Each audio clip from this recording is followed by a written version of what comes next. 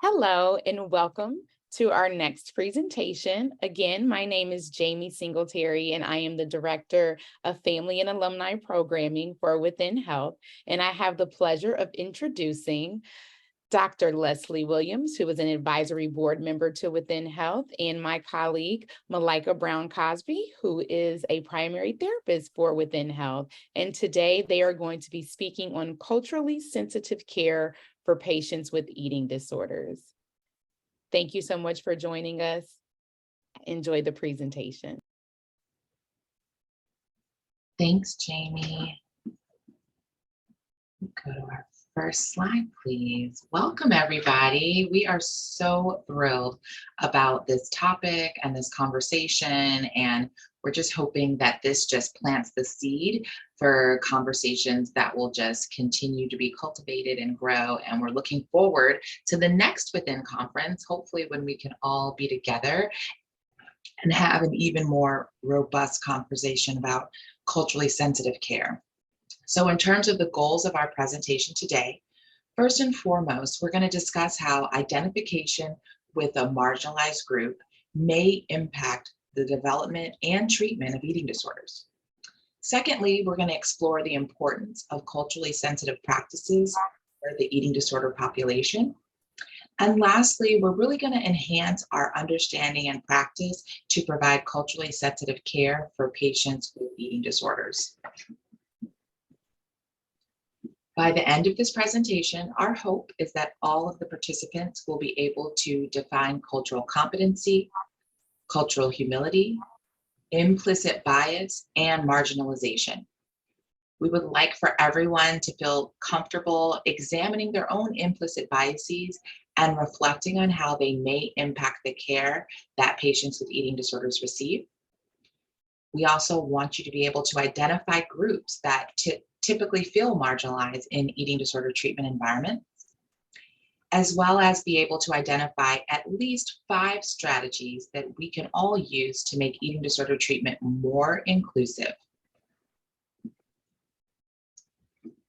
So before we begin this conversation, I just want us all to kind of take a moment and just think a little bit in terms of what it might feel like to be someone that comes from a marginalized background. And we recognize, and this picture reflects, that there's so many differences in all of the people represented here. And oftentimes there's differences that we can all visually see that kind of separate us, but sometimes there's differences that are internal that maybe only the patient feels. And I think one of the main things that we want to bring home in this conversation today is that those who feel in some way as an other, if you will, that they feel in some way that they've been marginalized within their community are vulnerable to the development of an eating disorder. What we found through countless interactions with patients and the research that's available is that people who feel marginalized for whatever reason it may be will be vulnerable to the allure of an eating disorder because it gives you this sense of control, or it maybe even gives you an opportunity to kind of cope with what that feels like, some of the internal turmoil that goes on when you feel like you're not fully accepted by your peers. And so I just want us all to just take a moment and see what that would feel like to kind of grow up in a community where, for whatever reason, you feel different than everyone else around you. And whatever that difference is, it's something that's completely outside of your control. It could be your height, it could be your skin color, it could be your gender. It's something that is completely outside of your control, and it makes you feel uncomfortable, unloved, excluded. And as a result, you maybe lean towards, maybe it's restriction because the size of my body is something I can control if I can't control my skin color.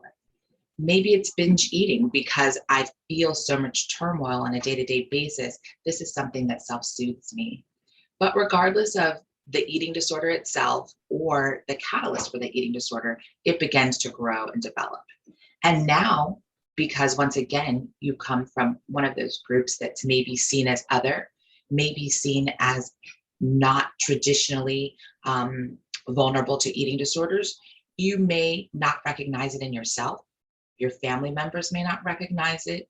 Even the professionals who you seek help from may not recognize that you're struggling and that you're suffering. But ultimately, you do come to the recognition of the fact that this is an eating disorder, and you elect to seek help, be that outpatient, inpatient treatment, whatever's most appropriate at that time. And then you go into that treatment setting. And once again, you also feel othered. And that's just a made up word, but you feel othered. You feel like you don't belong, like you're not seen, like your needs aren't being met. And now it becomes even more challenging for you to really recover from that eating disorder because, once again, things aren't being necessarily catered to your particular lens. And so I wanted us to take a moment to kind of think about that because oftentimes when we start this conversation about culturally sensitive care and eating disorders, some professionals may say, well, I don't take care of anybody that comes from a marginalized background. So why is this topic important to me? And I think what we want to kind of bring home with this conversation is the fact that marginalization is kind of in the eye of the beholder. It's in the person that feels marginalized. And there are so many ways that people can feel that.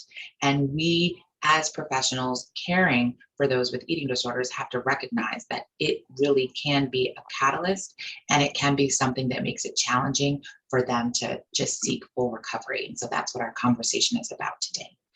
Next slide, please.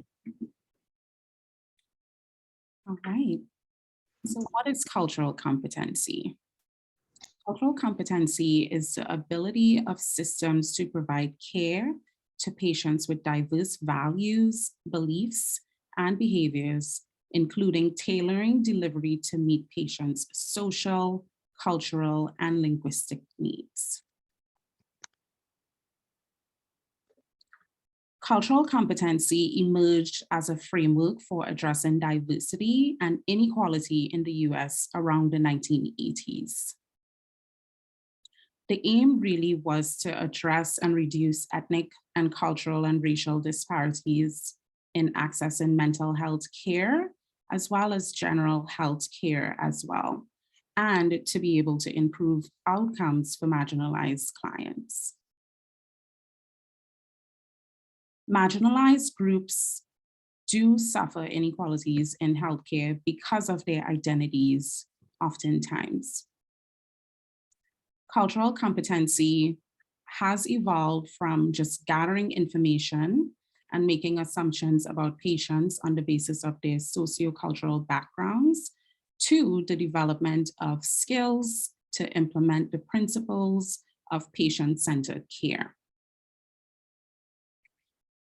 Cultural competency, however, is more than just about using a concrete set of skills or knowledge. It does require us as practitioners and treatment centers to be able to engage in ongoing self-evaluation of our practices, including our limitations, our policies, and to continuously ask ourselves if we are in fact providing patient-centered care. It's important to note that as professionals, we all may have some cultural blind spots. And as a result of this, it can impact that therapeutic relationship and the care that we provide for our patients. And research has also showed that this is something that also can impact supervision.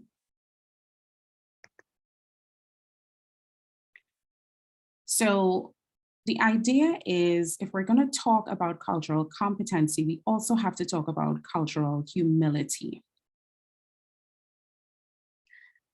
There's been an emphasis on shifting the language from that cultural competency, right? As that tends to primarily focus a lot of times on our skills, and wanting to shift that language more so to cultural humility And in some cases, we can see and we do see that these terms are often used interchangeably. However, they are not the same things. Cultural humility refers to an orientation towards caring for one's patients that is on the basis of self-reflexivity and assessment, appreciation of patients' expertise on the social and cultural context of their lives, openness to establishing power balance relationships with patients, and a lifelong dedication to learning. Cultural humility means admitting that one does not know and is willing to learn from their patients about their experiences while being aware of one's own cultural embeddedness. It also involves a process of continuous self-reflection and discovery in order to build honest and trustworthy relationships with our clients and our patients. Cultural humility, it really helps to normalize the process of not knowing. Not knowing is a key part of self-awareness, and it is absolutely necessary for our growth. So all of these points really help to reiterate the idea that our patients are in fact the experts in their lives. And we want to be mindful of that and also committed to the process of reflective practices and continuous learning for our patients through ongoing training and learning from our patients. So here we're going to take a look at the multicultural social justice and counseling competencies. So this framework, what it does is it helps to illustrate the major concepts related to developing multicultural and social justice competency. So at the core is the belief that multiculturalism and social justice should be at the center of all counseling and treatment care. What it does is it aims to reflect the fluidity of identities and the dynamics of power, privilege, and oppression, and how this can impact the therapeutic process. So the interactions are categorized into 4 quadrants, as you can see. So on the top right corner, we have, right here, we have the privileged counselor and marginalized client. At the top left corner here, we have the privileged counselor and the privileged client. At the bottom left corner, we have the marginalized counselor and the privileged client.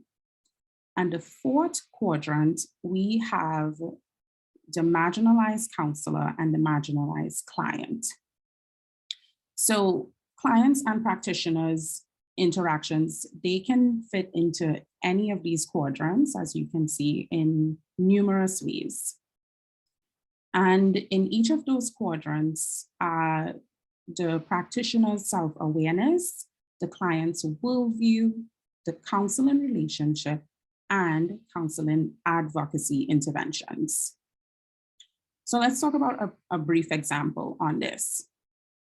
So for example, if we have a male counselor of color and a heterosexual female with anorexia of color, they may experience their interactions through various lenses. They both may perceive their interaction to stem from, let's say, quadrant 4, because of their shared racial identities, and perhaps even a common experience with respect to issues of racism. Alternatively, the client may consider their interactions from, let's say, quadrant 1. Because of their gender differences, the client may feel displaced and at a disadvantage because of the counselor's male privilege. Another possibility is that the counselor might identify with quadrant 3 because of their differences in sexual orientation. So in such a scenario, the counselor may be placed at a disadvantage because of the client's heterosexual privileges. So this is just one example of how client and practitioners could fall into any and many of these quadrants at the same time because of their varying identities. So just a little more on the multicultural and social justice competencies. So as we said, the quadrants reflects the complex identities of privilege and marginalized statuses in both practitioners and the clients that we serve. Clients and practitioners are both members of various racial, ethnic, gender, sexual orientation, economic status, religious, and disability groups. These identities, they are often categorized in the terms of either privileged or marginalized, or both, as we said. And these statuses are prevalent depending on how each individual is experiencing the current interactions. Dr. Williams, I'll pass it to you. Thank you. So the next concept that we want to take a moment and reflect on is the idea of implicit bias.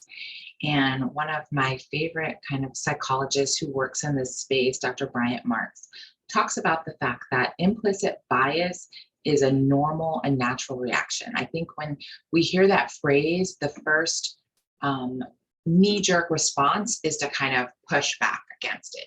It's this idea that I don't have biases. You know, you hear people say, I don't see color, I don't see differences. And I think the way that he really just distills it down is he says implicit bias is basically the reflection of the fact that A, you have a brain, and B, you live in this society, because it is just absolutely natural the way that our brains were wired that we make certain associations based on what we've been exposed to. For instance, typically when I say the word nurse, the first gender that comes to mind is female. Not that we don't all accept the fact that nurses can be of any type of gender and doctors can be any type of gender, but just because of what we've been historically exposed to, that's the first association that comes to mind when we use that phrase. And so that's an example of implicit biases. We all have them. It's nothing to be ashamed of. It's something that we all need to kind of embrace and accept and recognize that we bring that into our interactions, not only personally, but professionally. So when we look at the definition of implicit bias, it is a form of bias that occurs automatically and unintentionally. And it does impact our judgments, decisions, and behaviors. So I think if we all start from that kind of basis or foundation that we recognize implicit biases exist, they're totally natural. We all have them regardless of our own background, and it does impact us. I think that when this becomes problematic is when we take our implicit biases a step further to the point of stereotyping or stigmatizing. Next slide, please.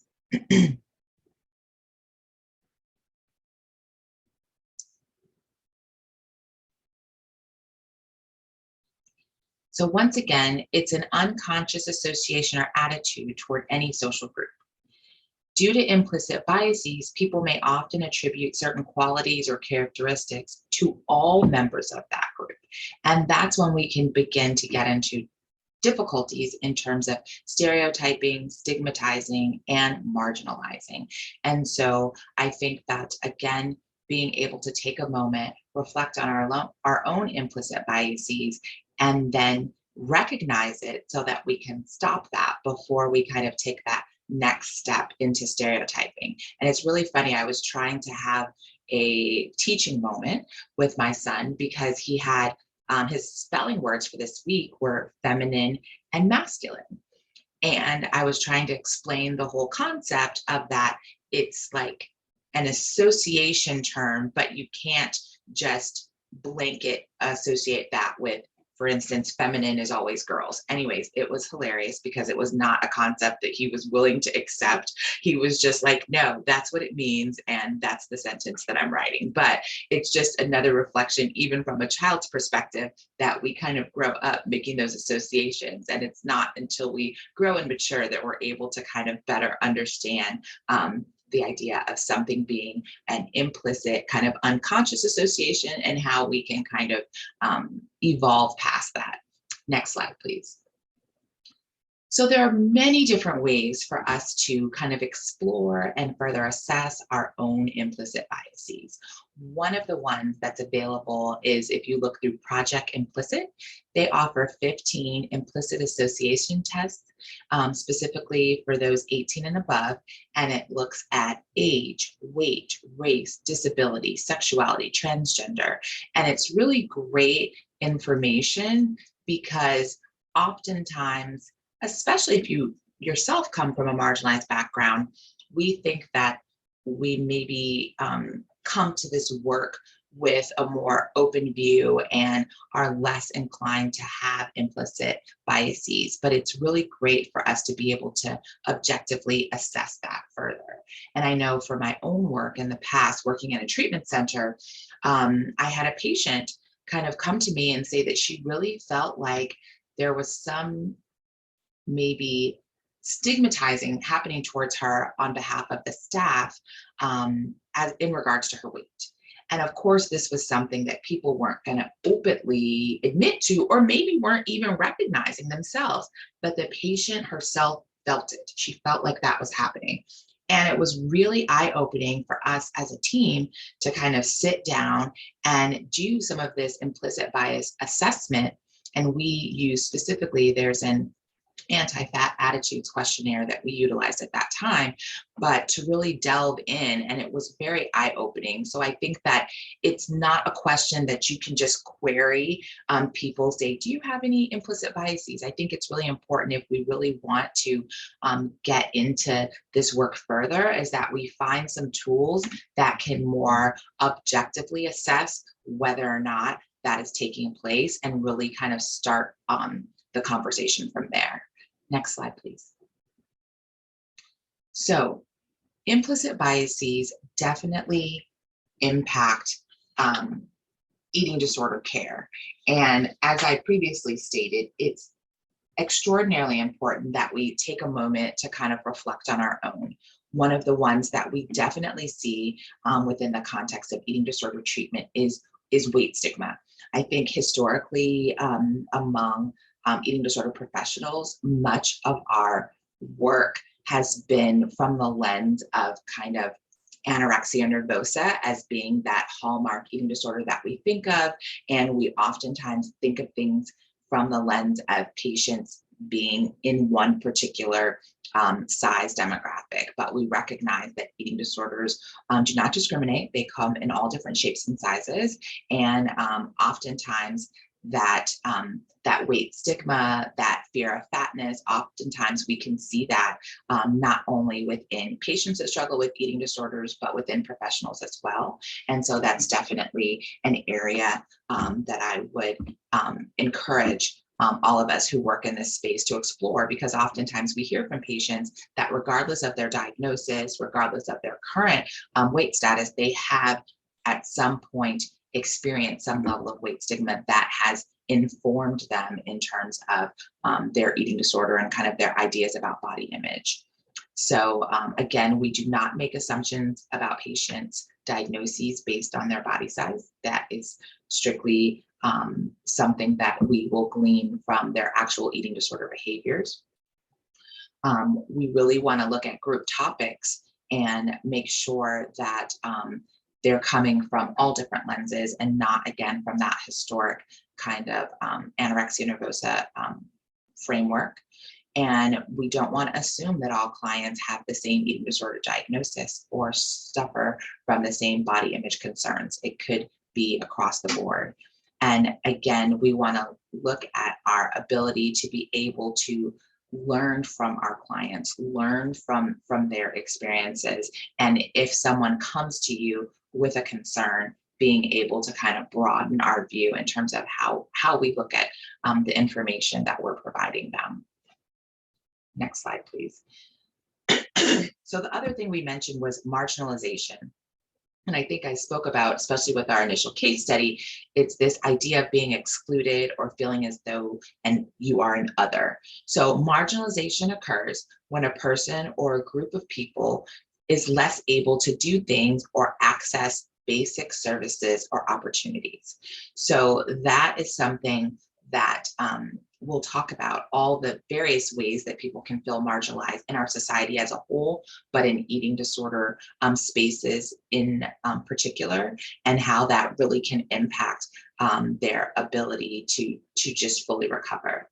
Next slide, please. So when we look at different examples of marginalized groups, some of the ones that are noted here and we've already touched on are size, gender, race or ethnicity. Age is another big one that we see within the eating disorder community, that oftentimes, now we have the privilege of so many resources in terms of eating disorder treatment, but there are a large number of patients that are, in their fifth, sixth, seventh decade of life who have struggled with eating disorders for years, but did not have the access or the resources that are currently available.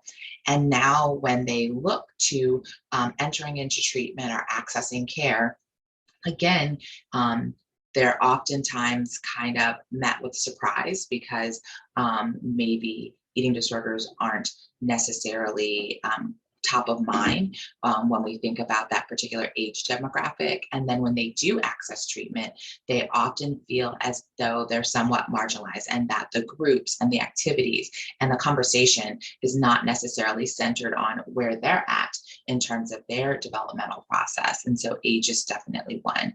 And socioeconomic status is a huge barrier, not only to accessing eating disorder treatment, but also just being able to get recognized and diagnosed.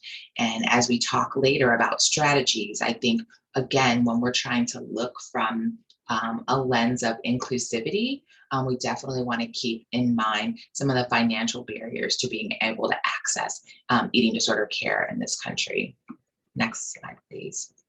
So it's interesting, we talk, kind of buzzwords now are diversity, equity, and inclusion. So I think we all feel pretty comfortable that diversity is having, all different voices and all different representations at the table. But I will say that organizations are doing better about kind of being more open to, bringing diverse views into the organization or to the table. But I still think that we haven't met that ultimate goal, which is truly inclusion. And to kind of this pictogram kind of illustrates that. So we look at the top picture with the exclusion, and that's when you're different than the blue dots and you're kind of on the outside looking in, wishing that someone would invite you to the party. And what oftentimes happens in that situation is that we then kind of flow into the segregation. All of us dots that look different than the blue dots tend to find one another and kind of find that community. But we're still somewhat separate from the majority and still not necessarily being, counted when it comes to decision making or anything. But we do kind of have that added benefit now of having found one another and having community. And then we move forward with the integration. And now kind of those different dots have been incorporated into the blue dots, but there still haven't been really any provisions made for them. There, as you see here, they're still kind of walled off, they're by themselves, but the blue dots are feeling oftentimes very proud of themselves, right? Because we've now brought you from outside of our circle into inside of our circle, but there still haven't been many provisions made, and you're still not necessarily seen as part of the ultimate group. And I know myself, coming from parents who were kind of the first wave of integration with schools, they definitely saw that. It was not as simple of a process in terms of, they were integrated, but then they still felt other, even though they were able to be part of that larger group. And ultimately, what we're trying to work for is that last picture of inclusion, is that idea that everyone is intermixed, everyone has an equal voice, everyone's voices is considered, and we're all part of that greater community. And so when you hear that diversity, equity, and inclusion, we're at that inclusion part. And then that other piece of equity is that everyone has an equal say so. It's not just that you're here, it's not just that you're providing input, but that your input is valued, your perspective is important, and that's kind of what we're ultimately moving towards. And I know that we've had some conversations in preparing for this talk about the fact that we see organizations evolving, right? It's not enough to just kind of create a DE&I committee and say, okay, we checked that box. That I think is kind of, we're still in that integration space. But I think in order to truly be inclusive, the organizations are really needing to move forward with kind of making sure that this is just a regular part of their overall kind of framework and goals. Next slide, please. So we touched previously on this idea of being othered or feeling outside, this marginalization. And what we've found in terms of the overall eating disorder development is that oftentimes that feeling of being marginalized then leads to poor self-esteem, right? I look different than other people around me. I feel different than other people around me. I am not included the way that other people around me are included. And as a result, there must be something wrong with me. It's very infrequent, and I will say, coming from seeing children that kind of struggle with this, is that the child's first response is not that the world has not prepared itself to accept me. It's that I am unacceptable and there is something wrong with me. And so as a result, it is my responsibility to change versus that the world around me needs to change. And so that really kind of leads into this idea of just poor self-esteem. And that's where we see that vulnerability to eating disorder development. It's because, okay, something must be wrong with me. I must need to change in some way, and I have limited resources or access to ways to change my body, or maybe to cope with the emotions that I feel as a result of this poor self-esteem. And that's where we see this eating disorder tend to bloom and blossom. Next slide, please. So was recently an excellent study that just came out in the International Journal of Eating Disorders, which spoke about racial discrimination specifically as a stressor for young Black women. I think that oftentimes when we hear again about eating disorders, a young Black woman is not the first image that comes to mind. But what they found was they looked specifically at women in larger bodies and asked them to participate in a study that examined exposure to racial discrimination and looked at how the racial discrimination, eating behaviors, and racial identity kind of interplayed with one another. And what they found was that 81.5% of the participants endorsed some type of exposure to racial discrimination. And what they found was one of the ways that they coped with, or one of the byproducts of that experience of racial discrimination, was higher levels of overeating and a sense of a loss of control over eating. And so we're starting to see more of this research kind of come to the forefront. And I think through that, able to dispel this myth that eating disorders are only experienced by a small percentage of the population. I think that we as professionals kind of need to expand our worldview in terms of how eating disorders can show up differently in different groups. And this is a reflection of that. This study is a reflection of that. Next slide, please.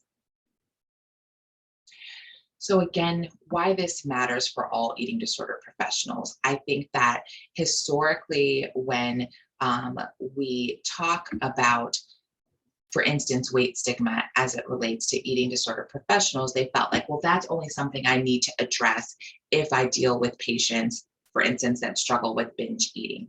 And what we found is that oftentimes when they've queried and done some research on eating disorder professionals, they have admitted that they have themselves maybe some internalized weight stigma or maybe some discomfort with patients when they present and they come from more of a marginalized background, or maybe they are in larger bodies. And so we know that stigma is not isolated to the things that obviously separate us. And as eating disorder professionals, it's very important for us to engage in thorough critical self-reflection on the role that stigma and weight stigma in particular, but stigma in general, impacts all of our lives, and how that can impact our interaction with our patients, and how it can how it can impact the patients, and how we need to be able to bring that conversation to the forefront to really fully help with this recovery process. Next slide, please.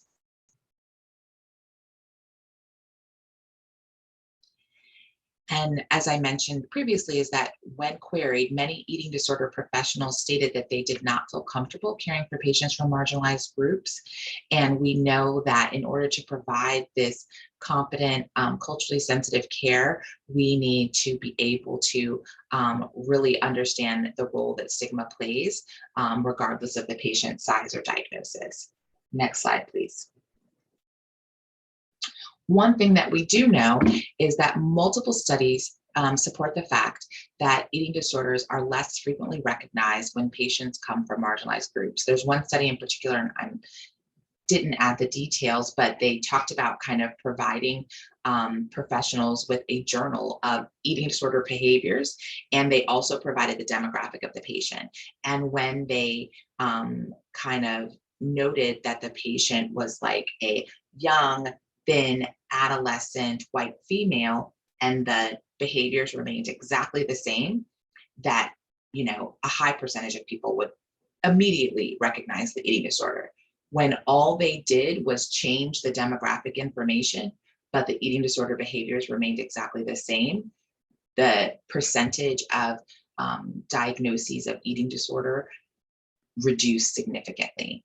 And so we know that that's kind of a reflection of how those implicit biases can come into play and potentially delay eating disorder recognition, potentially delay diagnosis, and ultimately make it more challenging when patients do present to get care, because they're coming from a place where maybe their eating disorder has been going on for much longer because of that delay in recognition and diagnosis.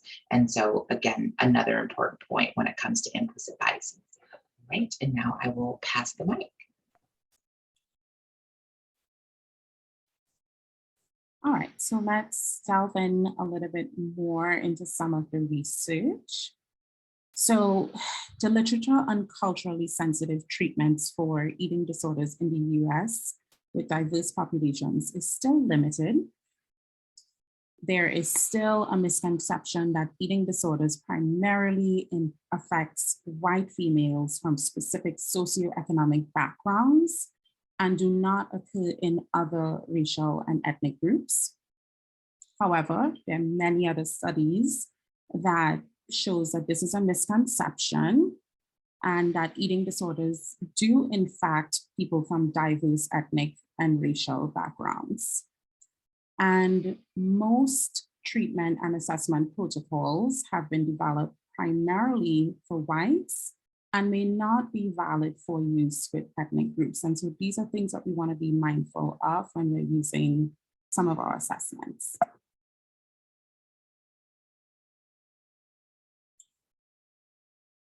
So functional impairments associated with a lifelong history of eating disorders is comparable or higher in diverse populations. In a large nationally representative study, they found that a sample of Latinos, Latinas, African Americans, Asian Americans, and whites, the prevalence of anorexia and binge eating disorder was similar across all 4 of these groups. In another study of 2,796 adolescents, girls of Asian background, the highest rates of eating disorders across all disordered eating behaviors when compared to their Black, Hispanic, and white counterparts. So they scored higher. And there are several other research that suggests that despite the higher average BMI than white or Asian American men, Black men report higher body dissatisfaction, lower prevalence of negative feelings about binge eating, and lower prevalence of being afraid of weight gain due to binge eating. So we may see higher body dissatisfaction in Black men, and we may also see increased eating disorder behaviors. In another study that looked at Black boys, they reported the second highest prevalence rate of unhealthy weight controlled behaviors and overeating at 38.5% of Black boys endorsing unhealthy weight control behaviors and 10.1% reporting dieting. In another study that they looked at, the prevalence of dieting behaviors was the lowest among Black girls compared to Asian, white, and Latino peers. While Black girls endorsed the lowest prevalence of unhealthy weight control behaviors among the racial and ethnic groups that we studied, though the prevalence of unhealthy weight control behaviors among Black girls was still considerably high at 43.1%. And so if we think about that from a population standpoint, that's comparatively pretty high. And a lot of studies is also indicating that, what's missing from a lot of our more recent research on eating disorders is the prevalence rates among other ethnic minorities, including Native Americans and individuals of 2 or more racial identities. And when we think about some of the clients that we serve, a lot of our clients do have many varying backgrounds, ethnicities, and mixed identities as well. And so how are we treating with our clients who are coming from these backgrounds, right? Are we seeing them through the typical lens as we may see other clients, or are we taking that extra step to really delve into their culture, their background, their identities, and think about ways that we can incorporate those into our treatment?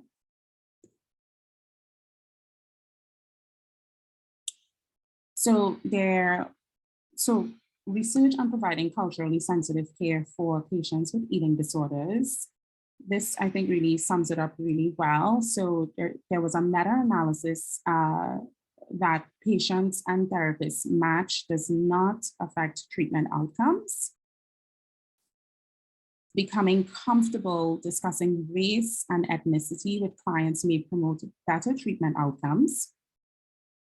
Suspending one's own preconceptions about race, ethnicity, recognizing individual differences, considering potential effects on the therapy, acknowledging the ways that power, privilege, and racism may impact the therapist-client relationship at work, and being willing to take risks with clients and staying open to learning. So self-disclosure when necessary is important, and being willing to say when we don't know, right? And that may sometimes come at the risk of bringing up some concerns for our patients if they are viewing us as the expert. We may be the expert in our specific fields of practice, but the clients are always the experts on themselves and their lives, and we can learn so much from them. And so one benefit that we may gain from that, clients may welcome that honesty and that vulnerability, which can ultimately help to strengthen our therapeutic relationship and our treatment outcomes. This can also help to neutralize any power dynamics and any positions of power and privilege on the practitioner's part. So engaging in these conversations with clients, while they can be definitely potentially uncomfortable as practitioners, it does in fact provide rich opportunities to put issues on the table and is likely to be a great value to the therapeutic process. So acknowledging the important differences both in dialogues with the clients and with the clinical supervision are critical to treatment success. A lot of us, regardless of our roles, we are often getting supervision in some capacity. And so it's important to think about that piece as well too. And practitioners should admit their lack of knowledge, experiences, and ability to understand what it is like to be in the shoes of a client whose race or ethnicity differs from their own. Lots of research really do emphasize the importance of bringing those conversations into the room, as uncomfortable as they may be at times. So what does all of this mean?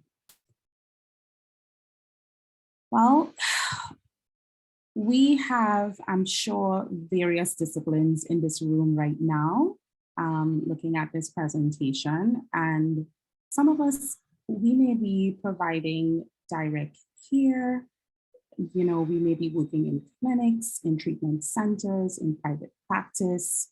Some of us may be in leadership roles overseeing the care of patients. And some of us may be researchers in this room, we may be conducting research.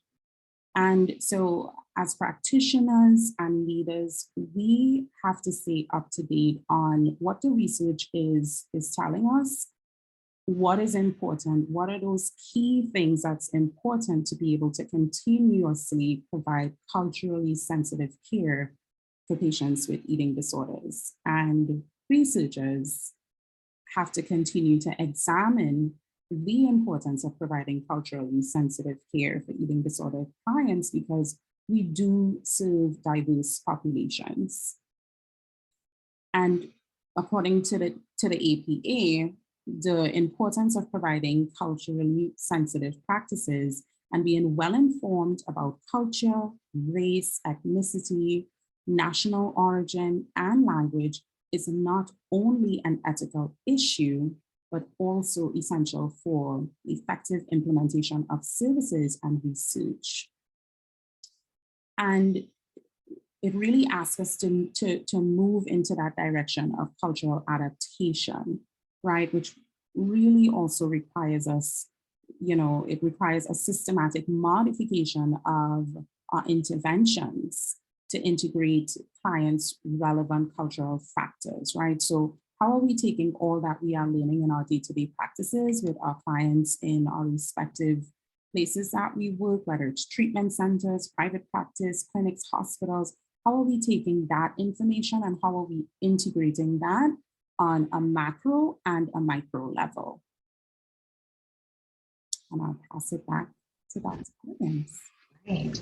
So as we explore that, and as we touched on earlier, we need to recognize that the way that treatment environments have historically been structured is that they can create a very toxic, shaming, and exclusive environment to patients. And oftentimes that then recreates some of the stigmatizing experiences that maybe led to the development of the eating disorder in the first place. So for instance, I remember taking care of patients historically who maybe would give me the story of how they were coming from a predominantly white college or university, and they felt very excluded and alone, and they were dealing with being away from family, and that maybe that was the catalyst for the eating disorder. And the eating disorder had gotten to the point where now they had to seek treatment, and they came into, for instance, an inpatient treatment center. And again, they felt that same kind of exclusivity, right? We're back to kind of like the dorm like setup and all of the friends kind of convening with one another and still feeling somewhat marginalized and not feeling like their needs were being met within that treatment center. And so we need to recognize that as those who are interested in eradicating eating disorders in all forms, that part of that process is making sure that the environments and the spaces that we create are inclusive. And that's one of the things that I personally love about Within, is that I think that, from the top down, it's really been very thoughtfully designed to create that inclusivity. And I really love the current platform of being able to, do work virtually, because that alone gets rid of so many barriers for those who have historically felt marginalized. Next slide, please. So, important concepts when we do have an opportunity to approach a patient that comes from a marginalized experience is that validation, first and foremost, is most important.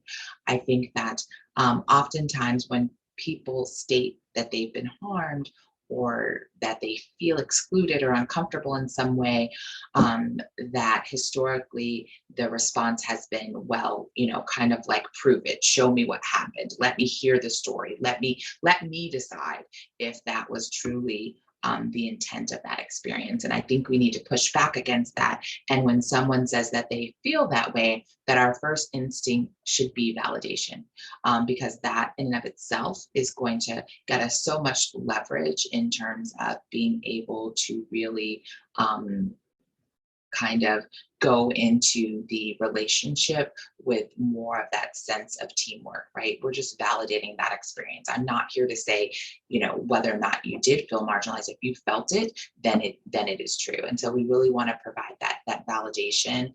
And as was already touched on, the idea of humility, right? That we don't know it all. And we're going to come to that with that cultural humility and that openness, as the next frame states, in terms of learning from different people's experiences and perspectives.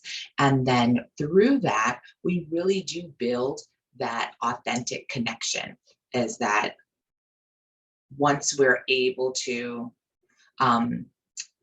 really create that authentic connection, and through that feel comfortable with some of the discomfort that maybe comes out of these difficult conversations. And so those are some different principles to approaching patients with a marginalized experience. Next slide, please.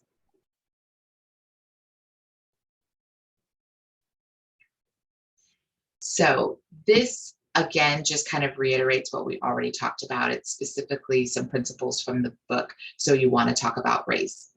But we've already touched on this, reflecting on recent events within the world that have affected those from marginalized groups, and not acknowledging that inequalities do exist. We want to show compassion to those who have experienced it. And back to that validation piece, we want to believe those that have experienced it. And then we want to work to be part of that change within the healthcare system that creates that more inclusive environment and recognizes the intersectionality of people and how it can impact their overall health outcomes. Next slide. So an important concept when we're helping marginalized patients move towards active empowerment is that we really want to help them to embrace that connection and belonging. If you remember back to my slides with the little dots, there is some therapeutic benefit to having all of those dots that look different have an opportunity to be together and talk about that experience of feeling othered, if you will. And there is therapy in that, there is healing in that. And so that's one aspect of really helping move us towards recovery. Next slide, please. All right, so we are going to touch really briefly on some strategies, and we have them broken down for organizations as well as for practitioners. A lot of these, we've talked about them already, so I'm going to go through them really briefly. We want to be able to create an inclusive work culture, hire a diverse staff, and create opportunities for promotion into leadership roles. We want to audit policies and practices to ensure that they reflect the diverse backgrounds and perspectives. We want to create a diversity and inclusion committee and actually make sure that we are investing in implementing those recommendations for change that's coming out from those committees. We want to require leadership and staff to participate in ongoing training in cultural humility. We want to survey from the perspective of our patients because they're so important and are at the center of everything that we do, and staff the cultural competency practices of the organization on an ongoing basis. We want to make sure that we're providing care that is accessible on weekends, after hours, virtually. We want to examine the fee structure to provide affordable care to patients from marginalized groups. We want to make sure that we are auditing our marketing materials to make sure that it's appropriate. And we want to make sure that our physical environment is accessible and suitable for all patients. And for the practitioner, we want to make sure that we understand how your individual backgrounds affect your responses to others. So that implicit bias coming up there. Don't assume that all members of cultural groups share the same beliefs and practices. Participate in ongoing training in cultural competency and cultural humility. Actively examine, acknowledge, and eliminate prejudice and bias practices. Believe your clients when they share their share their experiences of marginalization. Openly address stigma, shame, and privilege, and collaborate to create diverse community networks. So back to our case briefly. So I think we only have a couple minutes left, but the point we wanted to make here, if we think back to our initial exercise we did in kind of envisioning what it would be like to come from a marginalized group.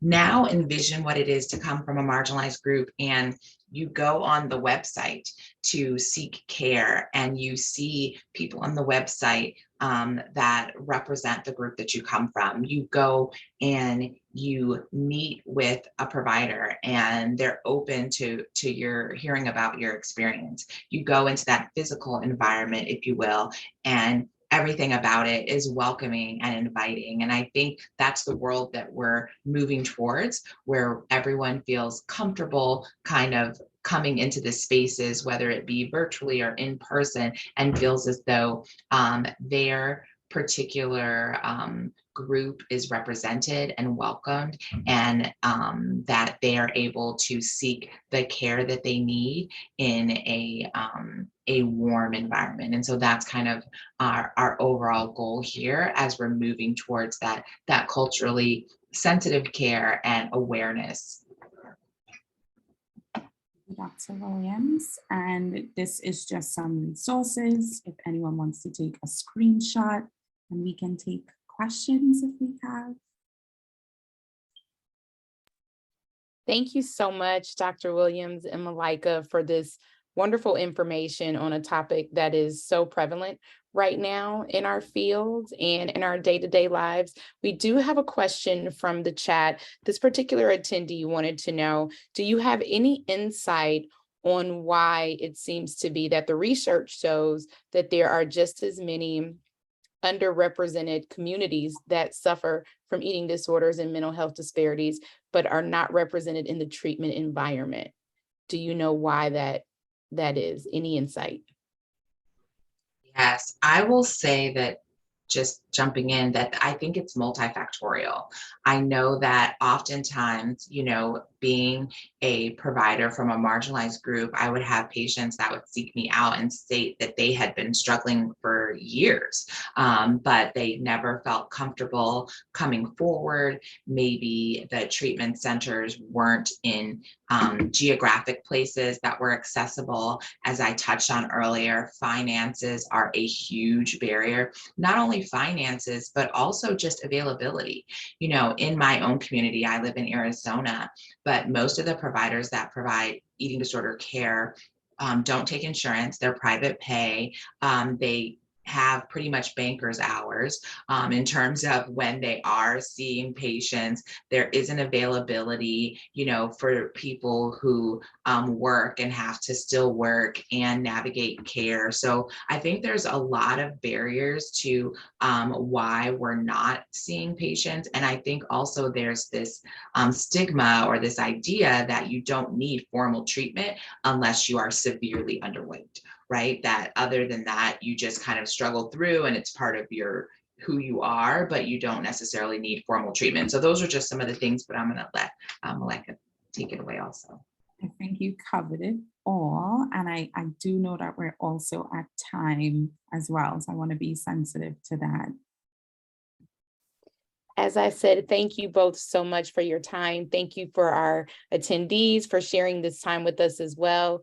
Don't forget to complete your survey. And without further ado, we'll close out and we'll get ready for our next session. Thank you all so much and have a wonderful day. Thank you.